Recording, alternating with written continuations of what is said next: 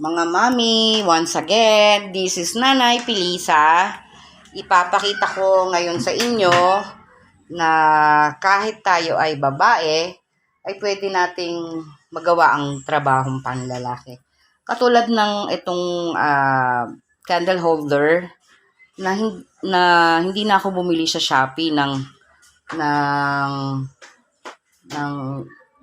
candle holder. Gumawa na lang ako, bumili ako sa isang bilihan ng stick sa isang supermarket dyan, na ang naisip ko pwede na lang siyang gawing ako na lang mismo ang magbutas sa kanya.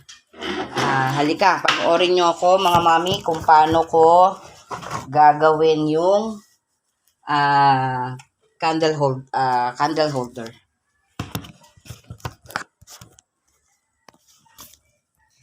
Ang hirap i-set up ng yan. Manood po kayo mga mami. Ito po ang aking gagawin. Nilagay ko sa isang ito, nakagawa na ako ng isang piraso.